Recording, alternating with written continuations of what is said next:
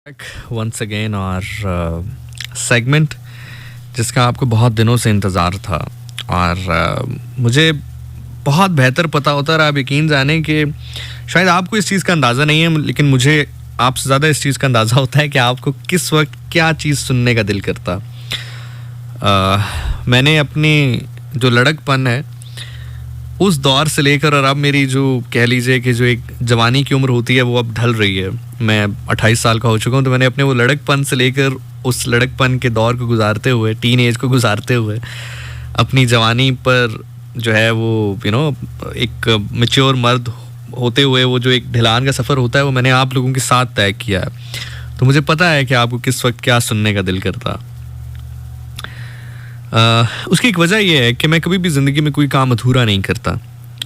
मेरी ज़िंदगी के कुछ मामलात ऐसे चल रहे हैं जिसमें मेरे पास बिल्कुल टाइम इतना होता है या मैं सो सकूं या मैं खाना खा सकूं। और आज आप यकीन करें कि बहुत टाइम के बाद मैंने जो है वो आज जिम किया है।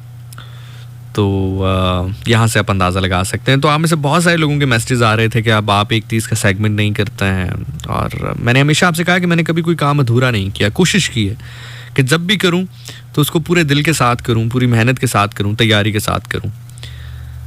खैर, ये टॉपिक तो ऐसा है कि जिस पे बात करने के लिए कुछ खासी तैयारी की ज़रूरत नहीं है, एहसास की ज़रूरत है। सो खैर, कुछ चीज़ें हैं जो मैं आप लोगों के सामने रखना चाहूँगा, आपको सुनाना चाहूँगा, आपसे बात करना चाहूँगा। और अब ये to whom it may concern वाला हिसाब है। आप इस वक्त जिस भी जगह पर मुझे सुन रहे हैं, अगर आप इस दौर से गुजर रहे हैं, इस प्रॉब्लम से गुजर रहे हैं, तो बस फिर मैं आप ही से बात कर रहा हूँ। भूल जाइए कि कोई एक रेडियो प्रेजेंटर है जो रेडियो पर बैठ कर लोगों से मुखातिब है या प्रोग्राम कर रहा है। बस आप ये समझिए कि मैं आप ही से बात कर रहा हूँ। मेरे जो हमवतन गोश हैं वो सिर्फ आप हैं। हम एक लफ्ज पिछले कुछ अरसे से बहुत सुन रहे हैं, मेंटल हेल्थ, दिमागी सेहत। आपको पता है इससे खतरनाक एक और बीमारी है जो हमारे माशरे में मौजूद है। हालांकि अगर आप आज बाहर जाएं, किसी से भी पूछें, किसी डॉक्टर से पूछ लें, किसी आम आदमी से पूछ लें, किसी ऐसे शख्स से भी पूछ लें जो कि बीमार होने पर या बहुत बड़ी बड़ी बीमारियों पर यकीन नहीं रखता होगा, क्योंकि अमूमी तौर पर हमारे यहाँ एक ऐसा सीन है कि जब कोरोना भी आया था तो बहुत सारे लोग कह रहे थे कि जी बस अल्लाह पे तवक्कल होना चाहिए, कोरोना नहीं होगा। यकीनी तौर पर अल्लाह पर तो सबको तवक्कल है, लेकिन अगर कोई एक ऐसी वबा मौजूद है तो अल्लाह के नबी सल्लल्लाहु अलैहि वसल्लम ने उससे बचने के भी तरीके हमें बताए हैं। तो इट मीन्स के वबा से बचना भी सुन्नत है। सुबार कैफ ये एक अलग टॉपिक है, लेकिन अगर आप किसी ऐसे शख्स के पास भी जाएंगे जो कोरोना को नहीं मानता होगा, आप उसको भी कहेंगे कि यार मेंटल हेल्थ एक इशू है, तो कहेगा हाँ यार बहुत बड़ा इशू है। आजकल हर बंदा यहाँ पर नफ्सियाती मरीज है या दिमागी हालत उसकी खराब है।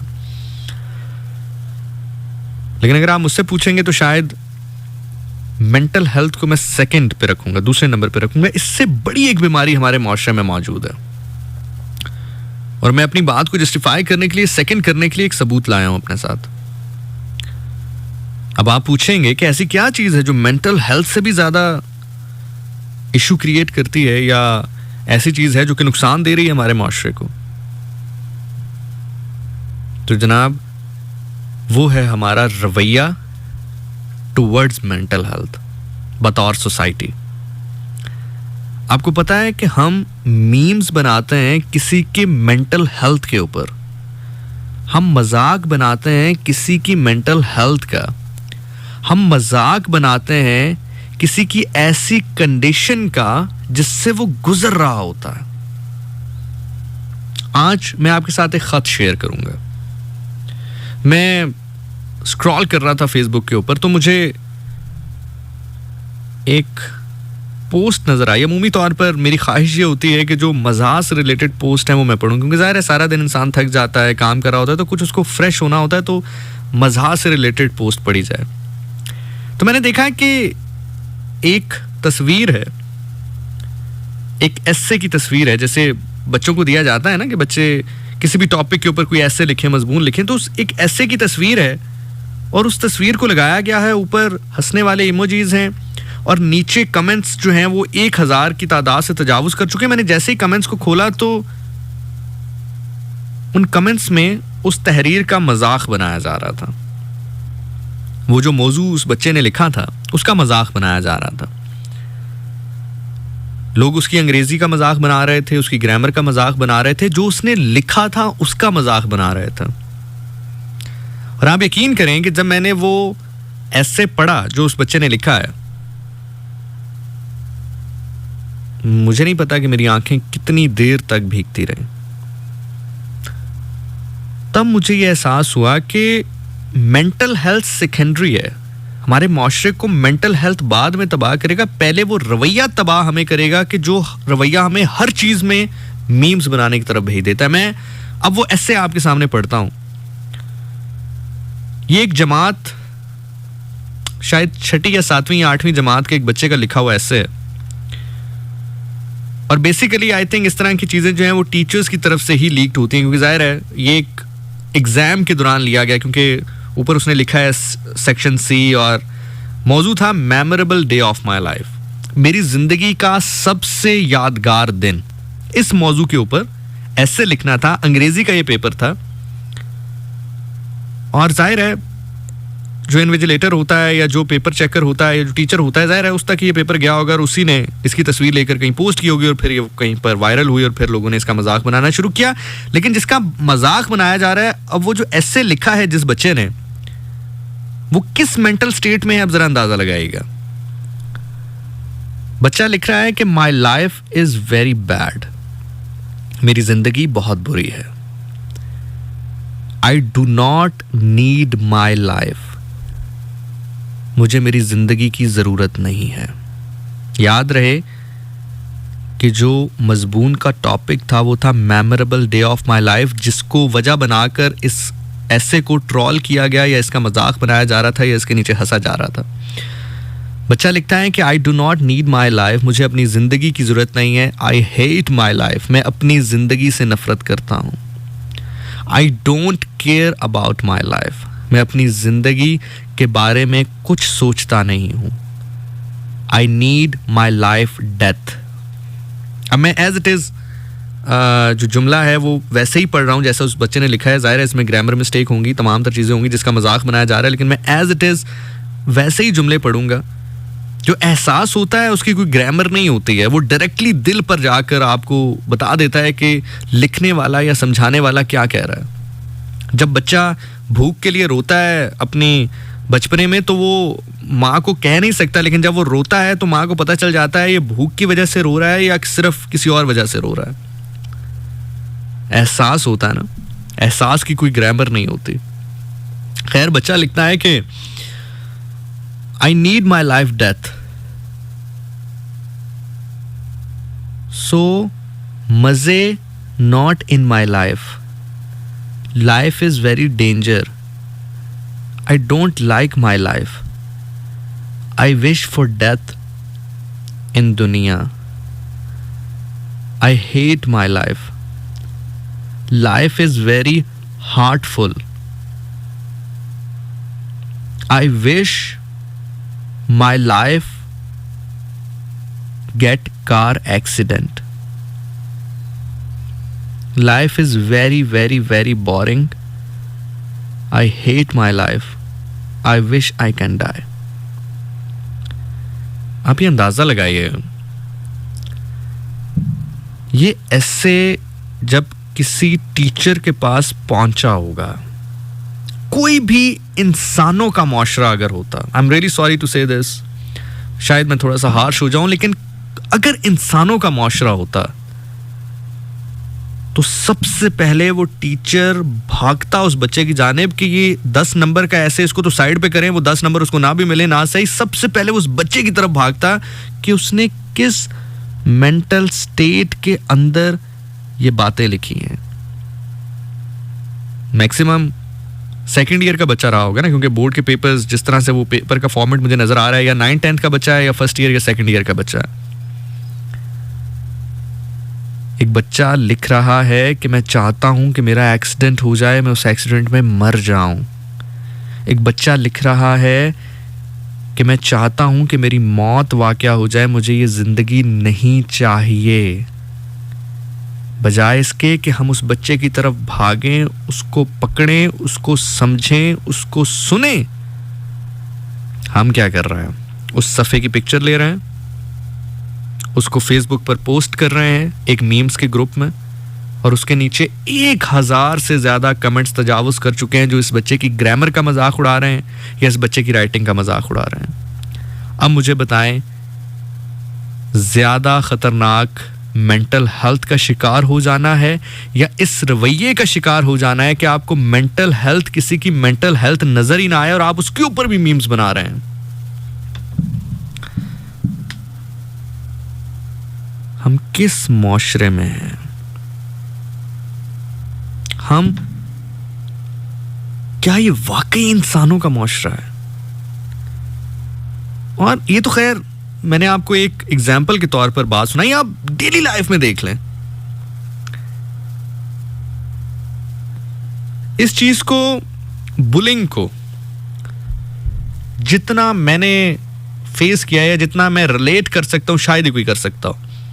मैं ये नहीं कह रहा कि मीडिया की फील्ड में शायद मुझसे ज़्यादा किसी की बुली ना हुई हो या मुझसे ज़्यादा किसी का जो है वो बैकलैश ना आया हो, ज़रूर आया होगा। लेकिन मैं, अगर आप उस कॉन्टेक्स्ट में देखें ना कि जितनी एज में और जितना एक स्पेक्ट्रम होता है रेडियो का, शायद मेरे से ज़्यादा नहीं हुआ होगा।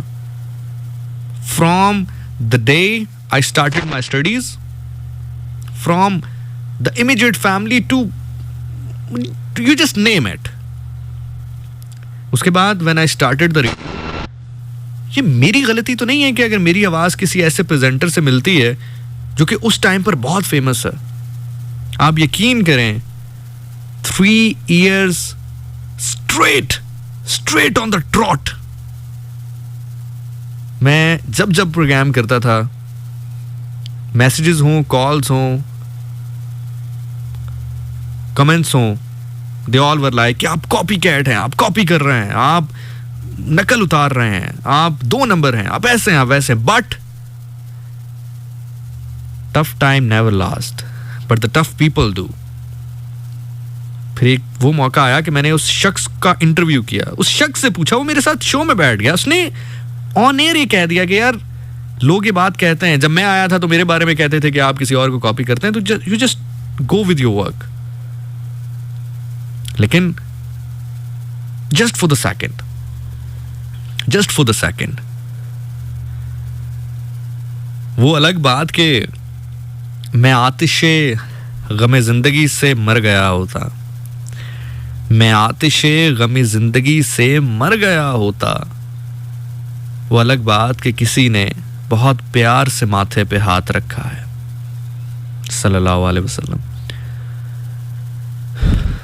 फॉर एग्जाम्पल, मैं क्विट कर देता उस टाइम पे, छोड़ देता, क्या हम सब शिकार ना होते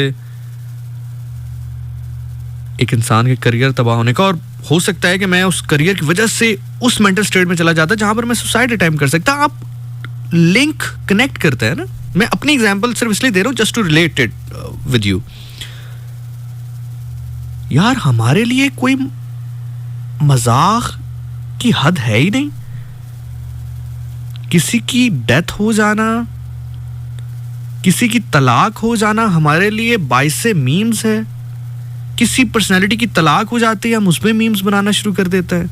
आपको अंदाजा है कि वो फैमिली किस ट्रॉमा से गुजर रही होती है, वो जो आदमी है या वो जो औरत है वो किस ट्रॉमा से गुजर रही होती है, वो बच्चे किस ट्रॉमा से गुजर रहे होते हैं। डॉक्टर आमिर लियाकत हुसैन साहब के साथ क्या किया? अगर फॉर एग्जाम्पल हम कहते हैं कि जो उनकी दूसरी वाइफ थी, उन्होंने उनकी तीसरी वाइफ गालिबन जिन्होंने उनकी वीडियोस लीक की, उसने तो सिर्फ लीक की थी, फैलाई तो मैंने है, आपने है, हम सब ने है। बाहिसत मुआशरा बात कर रहा हूं। फॉर एग्जाम्पल मैं किसी के बारे में एक जुमला सुनता हूं, मैंने सुन लिया और उसको दबा दिया तो बात खत्म हो गई। अगर मैंने सुनकर 10,000 आदमी को बता दिया तो शायद वो बात बताने वाले की इतनी गलती नहीं है जितनी मेरी गलती, क्योंकि मैंने तो उसको नशर कर दिया। क्या हर एक मीमर ने उसको अपने मीम पर इस्तेमाल नहीं किया? क्या हर एक बंदे ने उसको अपनी निजी महफिल में उसको अपने जिक्र का रास्ता नहीं बनाया? चले मैं आप लोगों से पूछता हूं, जितने लोग सुन रहे हैं मुझे इस वक्त, एक दफा अपने आप से सवाल करें। मुझे आपने क्या जवाब देना है, अल्लाह को आप जवाब दें। एक दफा अपने आप से सवाल करें और फिर ये सोचें कि आपने बार कैफ कभी ना कभी अल्लाह को जवाब देना है कि क्या कभी आप ऐसी सूरत हाल का शिकार नहीं हुए कि अगर वो सूरत हाल मंजर आम पर आ जाए तो आपकी इज्जत तार तार हो जाएगी। कभी आप ऐसी सिचुएशन का सामना नहीं करना पड़ा आपको? बात पता क्या, बात यह है कि हमें बेइज्जती होते सिर्फ तब अच्छी लगती है जब किसी और की हो रही हो। हमें गुनाह की सजा मिलते हुए सिर्फ तब अच्छा लगता है जब किसी को किसी के गुनाह की सजा मिल रही हो। जब सेम गुनाह की सजा हमें मिले तो फिर हम अल्लाह से उसकी रहमत तलब करते हैं। तो जो रहमत हम अपने लिए तलब करते हैं वो किसी और के लिए तलब क्यों नहीं करते? और यहां पर आपको एक राज की बात बताऊं, रहमत को आप खरीद नहीं सकते, इसकी कोई कीमत नहीं है। खुदा करे किसी दिल में मेरी ये बात उतर जाए, रहमत की कोई कीमत नहीं है, आप इसको नहीं खरीद सकते। इसको खरीदने का सिर्फ एक तरीका है। अगर आप चाहते हैं कि आप रहमत खरीद लें, मैं आपको तरीका बताता हूं। सिर्फ इसको खरीदने का एक तरीका है, आप रहमत किसी और के लिए मांग लें, आपको मुफ्त में मिल जाएगी। आप खुदा के लिए किसी और के लिए खैर मांग लें खुदा से, आपको खैर मुफ्त में मिल जाएगी। आपको अपने लिए खैर मांगने की जरूरत नहीं पड़ेगी, आपको अपने लिए रहमत मांगने की जरूरत नहीं पड़ेगी। आप दूसरे के लिए रहमत मांग लें।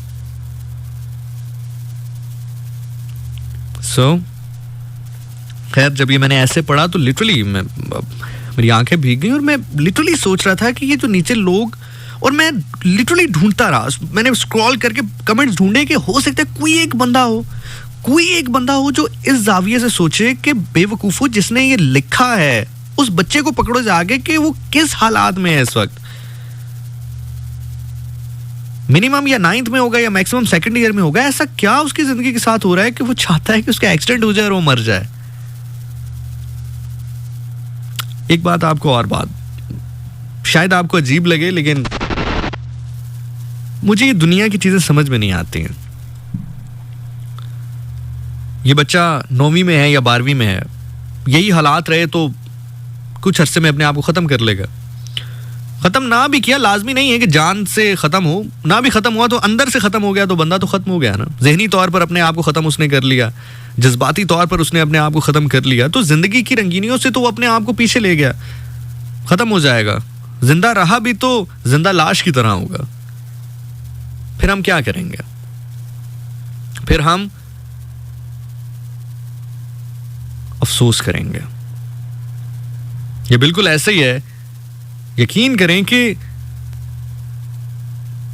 इंसान तरसता है कि मेरी जिंदगी में मेरे पास आकर बैठ जाओ थोड़ी देर के लिए, मुझसे चंद बातें कर लो। मरने के बाद हम उसके जनाजे को इंतजार करवाते हैं कि हम आ रहे हैं, हमने मुंह देखना है। हालांकि उसने जिंदगी में न जाने कितनी ख्वाहिश की होती है कि आप उसके पास बैठकर चंद बातें कर लें। आप यकीन करें कि मैंने कहा ना कि मुझे कुछ चीजें समझ में नहीं आती। ये मुंह देखना जो है, मुझे ऐसा लगता है कि जिंदगी में जब आप आखिरी बार उसको जिंदा जब मिलते हैं ना, बस उसी को जहन में बसा लें और वही उसका आखिरी दीदार समझें। अब उस शख्स की आंखों में नूर नहीं है, उसके जिस्म में जान नहीं है। एक ऐसा शख्स जिसके साथ आपने जिंदगी के बहुत अच्छे लम्हात देखे हों, अब उसको इस हालत में देखकर अपने दिल को क्यों खरीदना? बार कैफ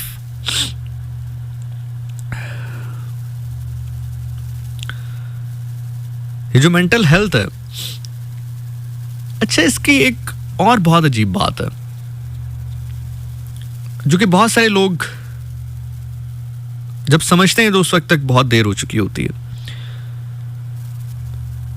हमारा मानना यह है कि जो आदमी मेंटली इल होगा, बाल बिखरे होंगे, फटे हुए कपड़े पहने होंगे, भूखा होगा, पैसे के बांधे होंगे, कभी कभी एक ऐसा शख्स जो कि आपको मुकम्मल नजर आ रहा होता है, शायद वो भी मेंटल इलनेस का शिकार हो। कभी कभी डिप्रेशन रोती हुई नहीं नजर आती, कभी कभी वो हंसती हुई भी नजर आती है। हंसता हुआ चेहरा भी डिप्रेस्ड हो सकता है। मेरी आप सभी लोगों से गुजारिश है, मैं ये नहीं कह रहा कि ठीक है, मैं जानता हूं कि आजकल की जो दुनिया है बड़ी फास्ट है, हमारे पास टाइम नहीं है, हालांकि जाना किसी ने कहीं पर भी नहीं है। हकीकत बता रहा हूं आपको, जाना किसी ने भी कहीं नहीं है। जानते हैं ये बात क्यों कह रहा हूं कि जाना किसी ने भी कहीं नहीं है? क्योंकि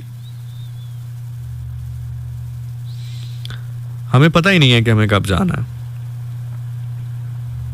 जहां पर हमने फाइनली जाना है ना, वहां पर जब जाना होगा तो आपको एक रात पहले का 1 घंटा पहले भी पता नहीं होगा। तो इसलिए इतनी भाग दौड़ की कोई जरूरत नहीं है जिंदगी में। शायर कहता है कि 2 गज रकबा फुटदा कुतबा, 2 गज रकबा फुटदा कुतबा, एवे नहीं धूल उड़ाई, भागते भागते भागते भागते। सो कोशिश करें कि अगर आप कोई ऐसी चीज देखते हैं, किसी के हाथ तलाक देखते हैं, उसको मीम्स मत बनाएं। वो कोई ऐसी चीज नहीं है जिसके ऊपर हंसा जाए। आप किसी की बरहना वीडियो मंजरे आम पर आ जाती है, उसको मीम्स का मटेरियल मत बनाएं। वो कोई ऐसी चीज नहीं है। आपका खुदा आपसे कहता है कि तू लोगों के ऐबों में पर्दे डाल ताकि मैं रोजे क़यामत तुझ पर पर्दा डालूं। यहां पर क्या है? फॉर एग्जाम्पल, पूरी दुनिया है, आपकी एक वीडियो मंजरे आम पर आ भी जाए, आप किसी को मीम्स बनाए भी, तो मैक्सिमम क्या होगा? कितने लोग देखेंगे? 100, 200, 300, लाख, करोड़, 10 करोड़, दैट्स इट। वहां क्या होगा? पूरी दुनिया है, वो सब लोग हैं जिनको आप जानते हैं और वो भी लोग हैं जिनको आप नहीं जानते। अगर आपकी वीडियो वहां प्ले हो गई तो फिर, अगर आप चाहते हैं ना आपकी वीडियो वहां प्ले ना हो, तो फिर दूसरे की वीडियो के ऊपर स्टॉप का बटन आप यहां पर लगा दें। आप यकीन करें, मैं इसलिए नहीं कह रहा कि मैं कोई बहुत ज्यादा सेंट या सूफी साउंड करना चाहता हूं इस वक्त।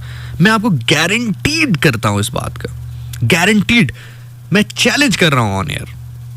मैं तकरीबन 2011 से फेसबुक इस्तेमाल कर रहा हूं, 2023 आ गई, 12 साल हो गए हैं ऑलमोस्ट ना। हाँ, 12 साल। 12 साल में मैं ये चैलेंज कर रहा हूं, और ये मैं इसलिए कह रहा हूं क्योंकि जब मैं इतनी लंबी तकरीर कर रहा हूं तो मुझे सबसे पहले अपने आप को कैथारसिस के लिए रखना चाहिए, मुझे सबसे पहले अपने आप को कटघरे में रखना चाहिए। मैं चैलेंज कर रहा हूं कि मैंने एक पोस्ट जिंदगी में, कोई एक मीम जिंदगी में ऐसा अपने social media, including Instagram, including YouTube, including Facebook, including Twitter, मैंने ऐसा नहीं किया जो किसी की जाती जिंदगी से मुंसलिक हो। मैंने कभी बात भी नहीं की। मैंने अभी लास्ट टाइम एक स्टेटस अपडेट किया 2 दिन पहले, जिसमें मैंने कहा कि everybody is cheating on their partners. You know who is not cheating? My partner, because I don't have one. Stay single, stay safe. मैंने उसमें भी उन 2 लोगों का जिक्र नहीं किया जो कि उस वक्त टॉप ट्रेंड कर रहे थे इस वजह से ट्विटर के ऊपर। मैंने उनका नाम नहीं लिखा उसमें। मैंने कभी टॉपिक कोई डिस्कस हो रहा हो इस तरह का, मैंने कभी उसके ऊपर अपनी राय नहीं दी, रेडियो पर नहीं दी, नाम नहीं लिया, हेट स्पीच नहीं की कभी। इसलिए नहीं कि मैं बहुत अच्छा हूं, इसलिए कि मुझे डर लगता है। चलिए इसको और आसान करते हैं। इसलिए नहीं कि मैं बहुत अच्छा हूं, इसलिए कि मुझे पता है कि मैं बहुत बुरा हूं। इसलिए कि मुझे पता है कि मुझे खुदा की जरूरत पड़ेगी रोज़े महशर कि वो मेरे गुनाहों पे पर्दे डाले। सो इसलिए मेंटल हेल्थ सेकेंडरी चीज है।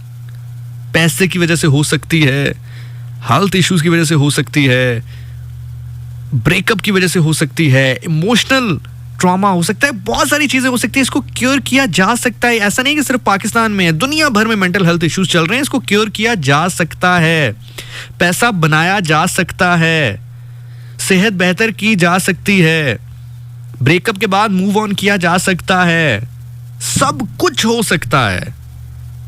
अगर नहीं हो सकता ना, अगर नहीं हो सकता ना, तो बेहिस्सी का इलाज नहीं हो सकता। वो मेंटल हेल्थ से ज्यादा बड़ी प्रॉब्लम है। मैं आपको एक और एग्जांपल देता हूं। कोरोना आया, शायद 1 महीने के अंदर अंदर वैक्सीन्स को तैयार कर लिया गया जो कि आपको क्योर कर लें और आपको इम्यून सिस्टम आपका इतना बेहतर कर दें कि नेक्स्ट टाइम अगर ये वबा आए तो आपको ये उस तरह हिट ना करे। आपको पता है लोग इससे यकीनी तौर पर जानों का नुकसान हुआ, लेकिन इससे बड़ी एक बीमारी है जिससे रोज लोग मरते हैं। इससे बड़ा एक वायरस है जिससे लोग रोज मरते हैं, लेकिन आज तक, और मजे की बात, जब से दुनिया बनी है, देन फिर जब साइंस ने तरक्की की एंड ऑल दैट, तब से वो वायरस मौजूद है, वो रोज बंदे मार रहा है, लेकिन उसकी वैक्सीन तैयार नहीं की गई। जानते हैं क्यों? क्योंकि वो वायरस सिर्फ गरीब को मारता है, अमीर को नहीं मारता, और वो वायरस है भूख। कोरोना तो ना अमीर देखता था ना गरीब देखता था ना, तो वैक्सीन तैयार हो गई। भूख का जो वायरस है ना, वो सिर्फ गरीब पर अटैक करता है, अमीर पर अटैक नहीं करता। तो मैंने कहा ना कि बेहिस्सी की कोई वैक्सीन नहीं है। मेंटल हेल्थ को तो हम क्योर कर लेंगे, बातें करके भी कर लेंगे, मेडिसिन दे के भी कर लेंगे, सेशंस देकर भी कर लेंगे, पैसा बनाकर भी कर लेंगे, सब कुछ कर लेंगे, लेकिन ये जो बेहिस्सी हमारे माशरे में, इसको हम क्योर कैसे करेंगे? इसकी वैक्सीन कहां से लेकर आएंगे? आप इसका इल्जाम पॉलिटिशियंस को दें, आप इसका इल्जाम मीडिया को दें, आप किसी को भी इल्जाम दें, लेकिन मैं आपको हकीकत एक बात बताऊं, शायद थोड़ी सी सख्त लगे, लेकिन बाबा बुल्ले शाह सरकार ने कहा था कि बुज़दिल किथे ना समझ लैन दिल औकातों डरदा। बुज़दिल किथे ना समझ लैन दिल औकातों डरदा, इससे गले डरदे किते मैं दिल दी गल नहीं करदा यारो, दिल दी गल नहीं करदा। सच आखां ते पांबड़ मचदा, सच आखां ते पांबड़ मचदा, झूठ आखां ते कुछ बचदा है। सो बात जनाब, बात यह है कि चाहे मीडिया हो, चाहे कोई भी फेमस शख्सियत हो, कुछ भी हो, आपके अंदर से वही निकलेगा जो आपके अंदर है। आप अब्दुल सत्तार ईदी क्यों नहीं बन गए? मीडिया ने तो अब्दुल सत्तार ईदी को भी दिखाया। आप चाइनीज फिल्में देख के चाइनीज इतनी रवानगी से क्यों नहीं बोलना शुरू हो गए? इवन बहुत सारे लोग ये भी कहते हैं ना कि नशे की हालत में होते हैं तो इस तरह के काम करते हैं। आप नशे की हालत में पश्तो क्यों नहीं बोलना शुरू कर देते? अगर आपको पश्तो नहीं आती है तो आप चाहे नशे में हो, चाहे आप मीडिया की वजह से किसी स्टेट में हो, चाहे आप किसी फेमस पर्सनालिटी की वजह से स्टेट में हो, आपके अंदर से वही आता है जो आपके अंदर होता है। तो अगर आप बेहिस हैं तो वो बेहिस्सी आपके अंदर है, उसको आप निकाल सकते हैं। ऐसा नहीं है कि अगर कोई मीमर मुझे इस वक्त सुन रहा है वो समझे कि पता नहीं शायद हमारे पीछे आज पड़ गया। ऐसा नहीं है। मैंने आपसे खुद कहा कि मैं मजाक को पसंद करता हूँ, मीम्स पसंद करता हूँ, लेकिन किसी की जाती जिंदगी पर नहीं, किसी की मेंटल हेल्थ के ऊपर नहीं, किसी की मौत के ऊपर नहीं, किसी की तलाक के ऊपर नहीं, किसी की अब्यूजिव लाइफ के ऊपर नहीं, डोमेस्टिक वायलेंस के ऊपर नहीं, चाइल्ड अब्यूज के ऊपर नहीं।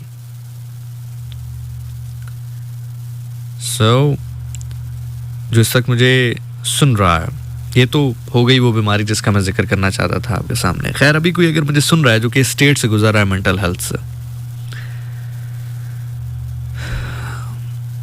देखो दोस्त, 3 बड़ी वजह जिसकी वजह से लोग मेंटल हेल्थ का शिकार हो जाते हैं। इकोनॉमिकल क्राइसिस, किसी का छोड़ जाना, इमोशनल क्राइसिस, या फिर सेहत के क्राइसिस। देखो बात यह है, मैं तुमसे वादा करता हूं कि चलो तुम्हें अगर फाइनेंशियल क्राइसिस है, मैं तुमसे वादा करता हूं, तुम जानते हो तुम्हारे अंदर करोड़ों रुपए के प्लॉट्स मौजूद हैं। जो प्लॉट्स तुम हासिल करना चाहते हो, जो घर तुम बनाना चाहते हो, जो तुम गाड़ियां खरीदना चाहते हो, तुम्हारे अंदर 10-10 फॉर्च्यूनर्स मौजूद हैं। हमारे एक जानने वाले थे, बहुत अमीर थे, उनको कैंसर डायग्नोज हुआ, उनका प्लॉट था, उनको बेचना पड़ा, उनका एक घर था, उनको बेचना पड़ा। एंड पर वो वक्त आ गया कि उन्होंने अपनी बड़ी गाड़ी बेचकर छोटी गाड़ी ले ली। आपको कैंसर नहीं है, समझ रहे हैं मेरी बात? अल्लाह ताला जब आपको नवाजता है ना, जब आपको डिस्ट्रीब्यूशन देता है, असल में मैं फिर ये कहूंगा कि हमें खुदा का तारुफ ही सही नहीं करवाया गया। हम ये मानते हैं कि खुदा सबसे बड़ा है। आप कैसे मानते हैं खुदा सबसे बड़ा है जब आप उसकी तकसीम पर ही राजी नहीं है? जब आप उसकी तकसीम पर ही राजी नहीं है, उसने किसी को चाहा दौलत दे दी, किसी को चाहा औलाद दे दी, किसी को चाहा सेहत दे दी, किसी को चाहा आंखें दे दी। फॉर एग्जाम्पल, ठीक है, आपकी औलाद आपसे ले ली जाए, आपको दौलत दे दी जाए, या आपकी दौलत आपसे ले ली जाए, आपको औलाद दे दी जाए, ये खुदा की तकसीम है। खुदा की तकसीम पर राजी ना होना हमें मेंटल हेल्थ की तरफ लेके जाता है। क्यों? यहां पे आपको एक राज की बात बता रहा हूं।